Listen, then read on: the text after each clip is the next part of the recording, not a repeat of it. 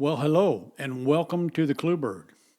I'm your host, R. Wayne Browne, and I'm also the author of the book, The Clue Bird. Today, I would like to discuss personal finances with a focus on needs versus wants. Oh, you say your personal finances are your personal business? Okay, I hear you. But just take a minute to hear me out. For me, this conversation about needs versus wants started early in my life. For holidays and my birthday, I would sometimes get money as a gift. You probably got the same. A very nice card that probably took some time to pick out, with some kind things written to me by the sender. And most importantly, in the card was some eye popping cash. It was pure treasure. It was gold, and I couldn't wait to spend it on something, anything. It didn't matter.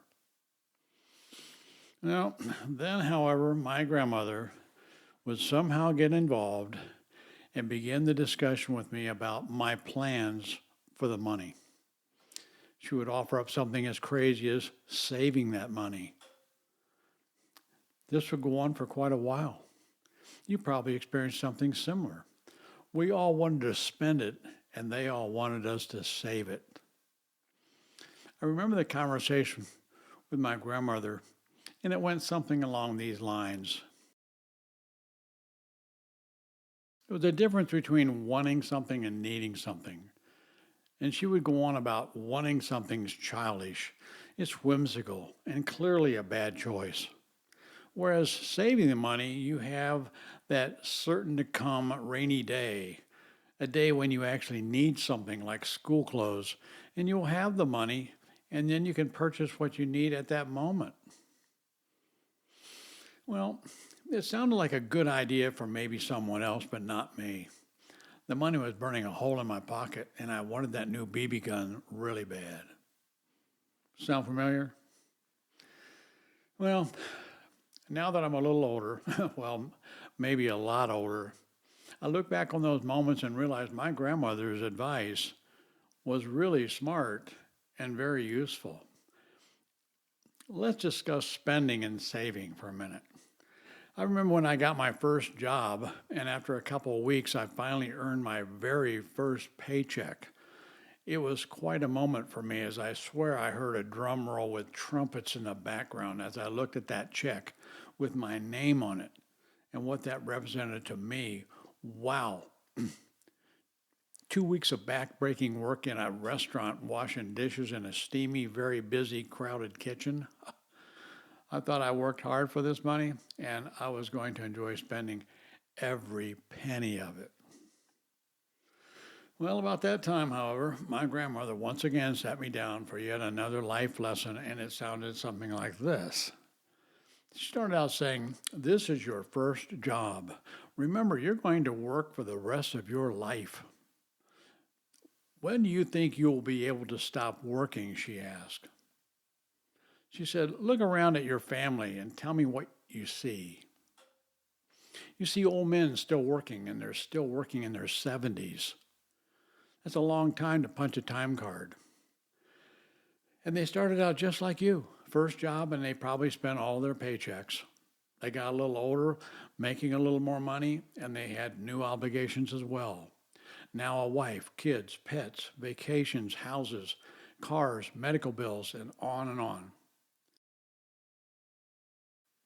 We're all new obligations, both needing and spending more money.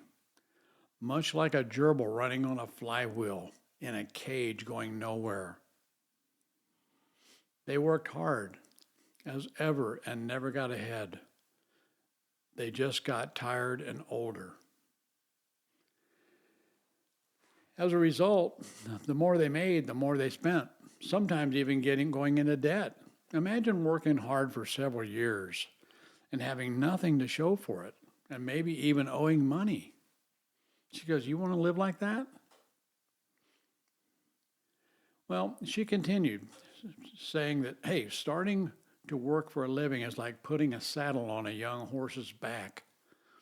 He's going to wear that saddle working for many years until he's put out to pasture as a tired, old, useless horse with nothing to show for it. Will that be your story? She asked. So, getting a job and making money is really not the issue here, she said. It's what you do with your hard earned money that is. Spending your money is the real issue. First, she said, let's just discuss needs versus wants as it pertains to your money. Grandma said we actually need very little. Think about it. She goes, hey, air, food, water, rest, shelter, and clothing covers most of the basics. Therefore, everything else you add to your list is a want. It's something you want. And you can have it, and you can get it if you are willing to give up some of your accumulated money getting it. Remember, a buying decision is your moment of truth. That's when you depart with your hard-earned money, obtaining something.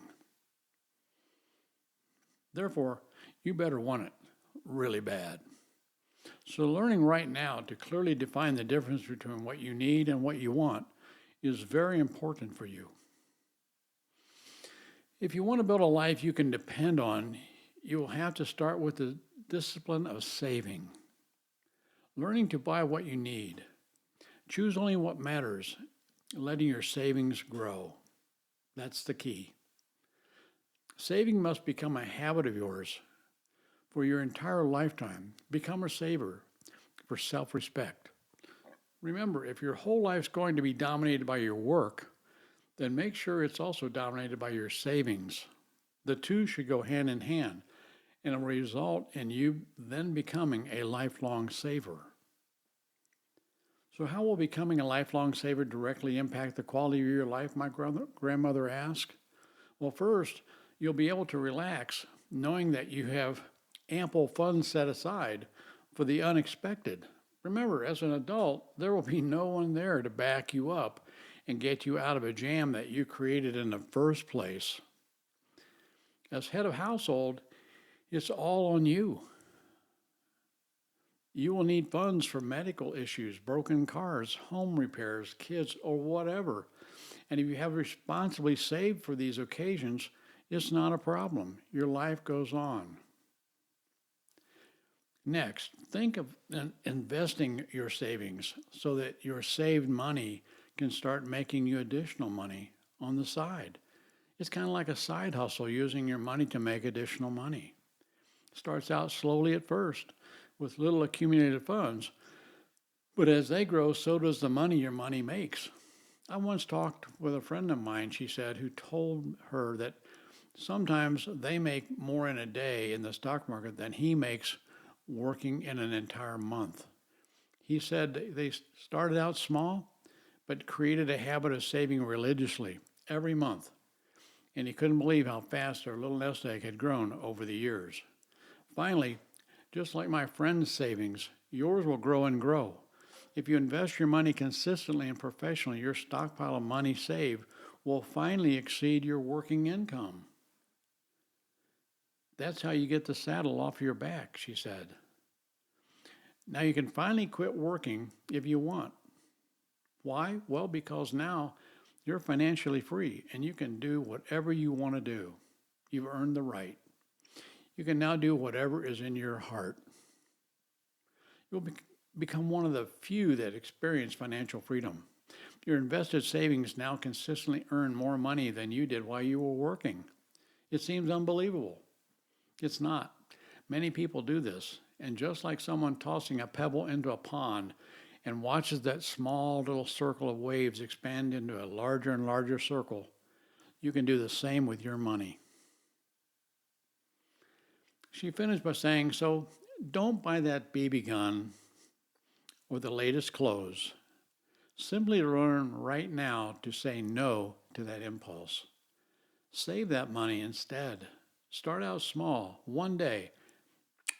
Buy your first share of stock in a favorite company of yours. Then buy 2. Next, open a mutual fund and ultimately engage a financial money manager. Nevertheless, work on your savings as hard as you do your job, because one day, managing your savings will be your full-time job, and it will be a labor of love. She finished by telling me that my life will be proof of a life well lived, and it all started out with becoming a lifelong saver. Thank you for tuning in today. I hope you got something useful out of our discussion. So today, hey, go buy one share of a stock or open a savings or a mutual fund account. Get started. Get started today. Finding out when you can finally quit your job. Hot tip. Until our next visit, I want you to think about nurturing your relationships, as you are a member of many families.